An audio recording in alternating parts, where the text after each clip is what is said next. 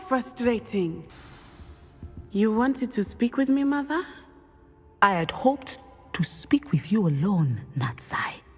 Your message mentioned your concern about an unusual creature that was spotted in the woods near Hogsmeade. That could have been anything. You know what it was, Natsai. I am allowed to leave the castle. I am always careful, Mother. Careful? Officer Singer disagrees. She sent me an owl telling me that you have been trying to collect evidence of some kind against dark wizards. She berated me for not keeping a closer eye on you, and she is right. I do not want you visiting Hogsmeade for the near future. But Mother! My little gazelle, you are well-intentioned, but you must not meddle in the affairs of dangerous people. If someone had meddled in Matabeleland, Father would still be with us. I must get to class. Perhaps your friend can get you to listen to reason. So frustrating. She never listens to me. She called you her little gazelle. Is that a term of endearment where you're from? It is specific to me. I am the unusual creature in Hogsmeade she mentioned. Self-transfiguration is not taught at Hogwarts, so I am gently discouraged from practicing it. However, I am an animagus, and it is in my gazelle form that I have been able to wander the Highlands rather freely until now, much to my mother's chagrin. That is how I managed to spy on Rookwood and Harlow. Were you born an animagus, or did you learn to become one? Animagi are not born. The process is quite elaborate. It involves holding a mandrake leaf in one's mouth for an entire month, then placing the leaf in a crystal phial so that it is imbued with moonlight, then adding one of your own hairs.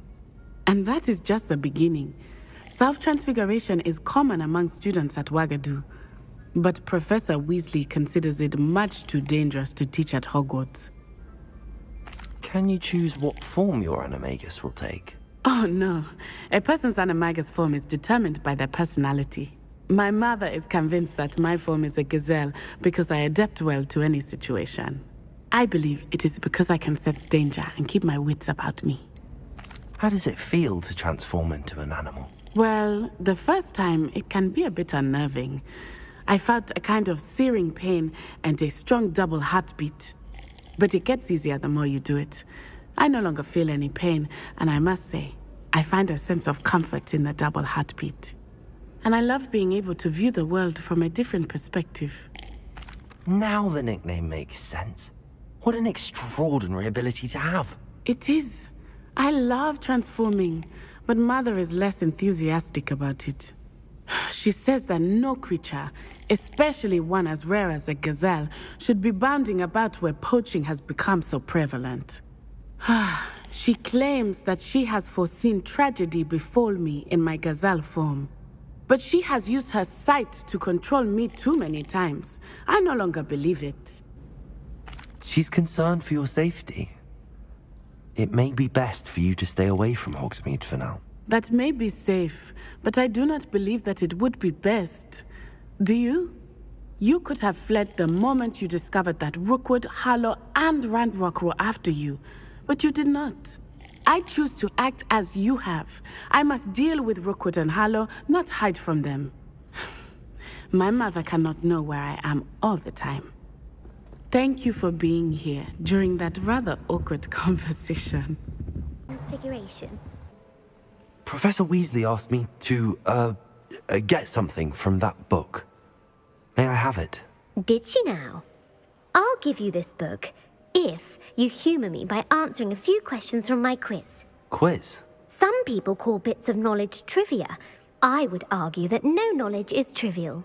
Hence, I have created a small quiz, just for fun, focusing mainly on the lore of the wizarding world. None of the other students will try it, no matter how many times I ask. They all say they have enough with schoolwork. Ugh, they don't value knowledge the way I do. Surely you're interested. I'll even start you off with a few of my easiest questions. A quiz sounds like fun. Splendid! Just a few questions, and then I'll hand over this book. Let us begin. Before the invention of the golden snitch, which magical creature was used in a game of Quidditch? The golden snidget. Correct! The snidget was first introduced to Quidditch in 1269 by a wizard named Barbarous Bragg. Sadly, they're thought to be extinct. Next question. Which potion is commonly referred to as liquid luck?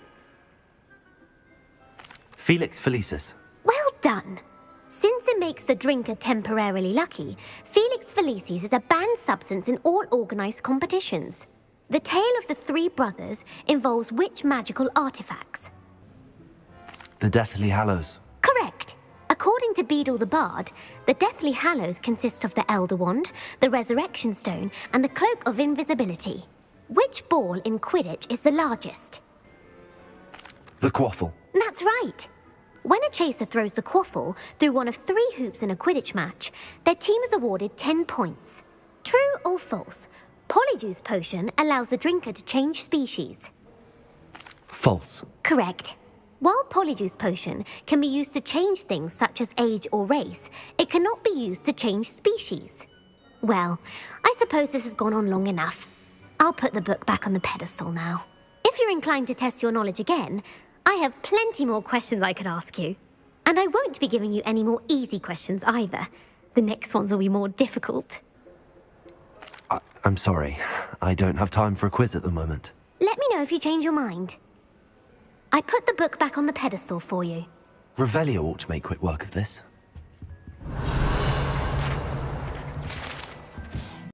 I'd sink like a stone. Going for a swim? Goodness, no. Though I'm beginning to think I really should learn how to swim. Can't very well be liaison to the mer people if I don't know how to swim. You're a liaison to the mer people. Well, not technically, no. At least not yet. The position doesn't actually exist at the moment, but I have a plan to change that. I'm Nerida, by the way. Nerida Roberts. We didn't officially meet, but we duelled in the Crossed Wands Club. Yes, of course. Good to see you again. And you. You seem quite interested in mer people. I am. And they're as misunderstood and disregarded by wizard kind as goblins and centaurs are. I feel that if goblins and centaurs have liaison officers at the ministry, then the mer people should have one too. I'm impressed. I think reaching out to the mer people is a grand idea. You do? Oh, thank you. Of course I haven't exactly done anything just yet. I presented them with a gift a few weeks ago, and they wanted to leave me one as well, in one of their caves. Reciprocity and an offer to visit. I tried telling them I couldn't swim, but I'm afraid that bit got lost in translation. Mermish really is tricky. What do you imagine a liaison to the mer people would do? Oh, so many things. I want to know everything I can about them. After I've mastered swimming, I'd perfect my mermish, of course, and I'd share with them anything they wanted to know about wizard kind. My hope is that by understanding each other better, both of our societies could grow. What is it about the mer people that interests you so much? I can't begin to tell you how brilliant they are. I mean, rumour is that tales about them have infiltrated even the Muggle world. The oldest known mer people, sirens, come from Greece. And of course Scotland has Selkies and Ireland is home to Merrows. I could go on for ages about them. Their glorious underwater communities, domestication of sea life, their art and music. It's a travesty how little is understood about them. How has wizard kind fallen short in its treatment of mer people? Well, we've consistently deemed mer people as being beneath us despite the many similarities between our cultures. One can hardly blame them for declining being status by the ministry years ago. Who are we to classify those of such beauty and intelligence? Well, I can swim and could help you if you'd like. You'd really do that? Oh, thank you! Thank you, thank you! The last thing I want is for them to think I'd shunned their gift. Diplomacy is a delicate dance. Now, if I'm not mistaken, I think you can dive down to their cave from just there in the water. I can't wait to hear about what you find. One day soon, I'll see for myself. I just know it.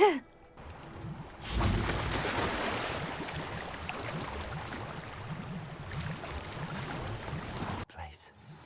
Did the mer people really leave Nerida an artifact? Confringo! Luke, now then, I'll need you to come with me.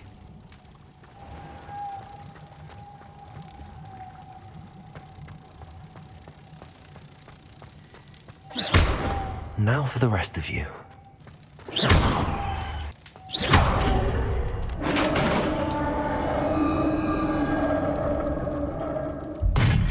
What do we have in here then? Nerida will be happy about this. Your gift from the mer people was exactly where they said it would be. Oh, that's wonderful news. I was so worried I'd left it too long and they'd seen it as a slight. Our relationship with them is already so tenuous. Then I'm glad we helped to foster some healthy diplomatic relations. Merlin's beard. It's marvelous. I'm going to show it to everyone, including the Ministry. Should I hand deliver it or send by owl? Thank you again, so much. You may have just helped improve relations between wizard kind and mer people for decades to come. I can't wait to study this.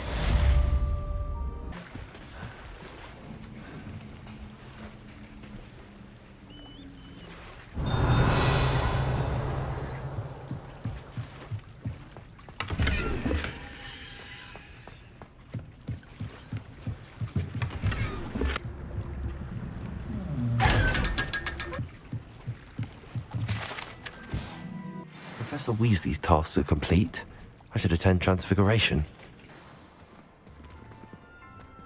I heard Professor Weasley transfigured the book with all her test answers into an owl to stop students from cheating. Taking owls a bit too literally, if you ask me.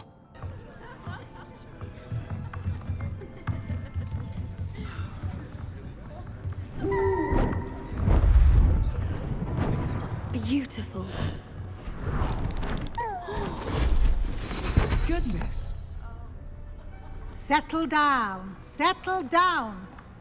Transfiguration, as you may be weary of hearing me say, is an exact science that can take a lifetime to master.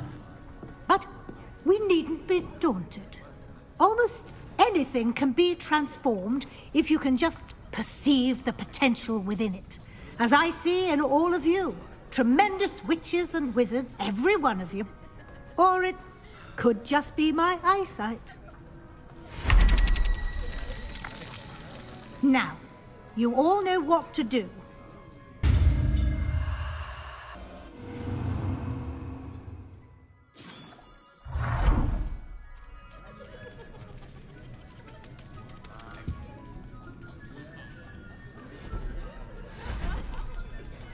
Beautifully done. Hello there. Class is dismissed. And remember, now is not the time to ease off your studying.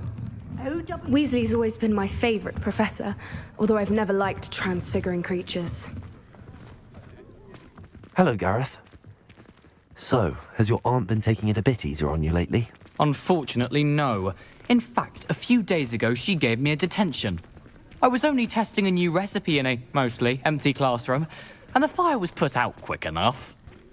If you're setting things on fire, then perhaps you ought to rethink your choices. That's exactly what Aunt Matilda said.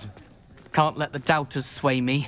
When they taste my latest brew, they'll forget their criticisms and the fires. It'll be bigger than butterbeer. Oh, that gives me an idea. Better write it down. Best of luck to you. Who would have thought someone as young as me could save my uncle's life? Uncle Roland sends his best. He often asks after you and his owls.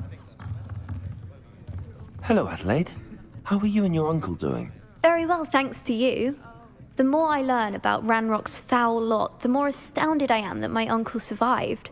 I looked back over his old owls and noticed that they included pertinent details about his rare metal deposits. I believe that Ranrock's fiends were after those deposits and that they needed my uncle's knowledge. He was willingly going to rot away in that cell to keep me safe. Any other pertinent details about those owls? Plenty. Uncle Roland couldn't be certain, but he thought he overheard goblins talking about infusing something into goblin silver. He wasn't sure what they meant, but something about the way they spoke of it made his skin crawl. Ugh, it's clear you saved my uncle from a very bad lot. It was nothing at all, Adelaide.